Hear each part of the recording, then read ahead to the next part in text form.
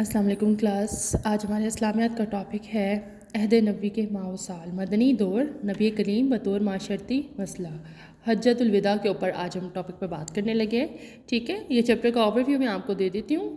Importance جتنے اس میں اہم پوائنٹس ہیں وہ بتا دیتی ہوں. کہ سب سے پہلے تو ہے کہ رسول اللہ صلی اللہ علیہ وسلم نے اپنے وصال سے قبل یعنی اپنی ڈیتھ سے پہلے حج ادا فرمایا. اس کو ہم حجۃ الوداع کہتے ہیں. اس کے بعد ہے کہ نبی کریم نے اسلام کی دعوت و تبلیغ کی ذمہ داری تکمیل کرنے کے بعد نبی کریم نے حج ادا کرنے کا اعلان فرمایا تھا. ہفتہ 26 ذوالقعدہ 10 ہجری کو آپ ظہر کی نماز کے بعد مدینہ منورہ سے روانہ ہو گئے تھے. نماز عصر سے پہلے ذوالخلیفہ پہنچے. وہاں پہنچ کے 2 رکعت نماز پڑھی, رات وہیں گزاری. صبح ہوئی تو آپ نے فرمایا کہ آج رات میرے رب کی طرف سے ایک آنے والا آیا ہے. اس نے کہا ہے کہ اس مبارک وادی میں نماز پڑھو اور کہو اور عمرہ اور حج میں شامل ہو جاؤ. اس کے بعد نبی پاک نے غسل فرمایا اور سر اور بدن میں خوشبو وغیرہ لگائی, تہہ بندوادی, چادر اوڑھی اور پھر حج اور عمرے کے لیے ایک ساتھ احرام باندھے. حج اور عمرے کے لیے اکٹھے احرام باندھنے کو حج قران کہتے ہیں. اس کے بعد تلبیہ پڑھتے رہے.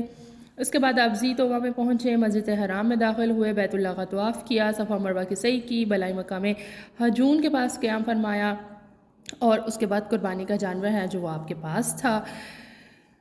سورج طلوع ہونے کے بعد نبی کریم صلی اللہ علیہ وسلم منع کی طرف چل پڑے, عرفات میں تشریف لے کے آئے.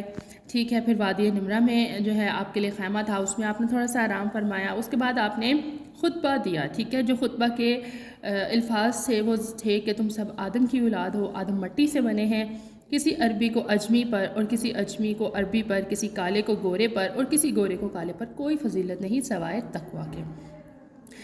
آپ نے ایک دوسرے کی جان, مال, حفاظت, عزت کے تحفظ پر بھی بہت خاص زور دیا اور آپ نے فرمایا کہ سن لو جاہلیت کی ہر چیز میرے پاؤں تلے رون دی گئی ہے. اور وہیں پر آپ نے سود کی جو منع ہے اس کا ممانعت اس کے بارے میں اعلان کیا. سود کو ایک لعنت اور حرام قرار دیا. اور اس سے پہلے جن کے اوپر سود تھا, جیسا کہ ان کے اپنے چچا تھے حضرت عباس بن عبد المطلب, ان کے اوپر جو سود تھا اسے بھی معاف فرما دیا. اس کے بعد آپ نے لوگوں سے پوچھا کہ کیا میں نے رسالت کا حق ادا کیا, امت کی خیر خواہی کی, تو سب نے کہا کہ ہاں آپ نے یہ سب کر دیا. تو اس وقت آپ نے فرمایا اللہم اشہد, اللہم اشہد, اللہم اشہد, اے اللہ گواہ رہنا, اے اللہ گواہ رہنا, اے اللہ گواہ رہنا.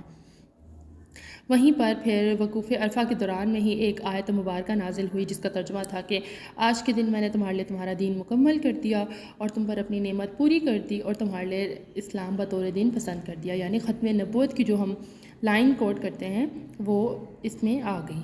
ٹھیک ہے, اس کے بعد جو ہے آپ نے حجۃ الوداع سے پہلے رمضان المبارک 10 ہجری میں حضرت علی مرتضیٰ کو 300 سواروں کے ساتھ یمن روانہ فرمایا. اس میں یہ واقعہ بہت اہم ہے. آپ کی دستار بندی کی اور آپ کو کچھ احکام دیے کہ قتل نہیں کرنا, نماز پڑھنے کا پہلے لوگوں کو حکم دینا, اور اگر وہ نماز اور قرآن کی طرف آ جائے تو انہیں زکوٰۃ کا حکم دے دینا, اور انہیں بتانا کہ جو روزہ ہے وہ ہر سال فرض ہے, حج اور زندگی میں صرف ایک مرتبہ فرض ہے. اسی وجہ سے نبی کریم صلی اللہ علیہ وسلم نے حج زندگی میں ایک مرتبہ ہی ادا فرمایا. اس کے بعد حضرت علی کے لیے دعا فرمائی جس کے بارے میں تھا کہ یقیناً اللہ تعالیٰ تمہارے دل کو ہدایت دے گا اور تمہاری زبان کو ثابت کر دے گا.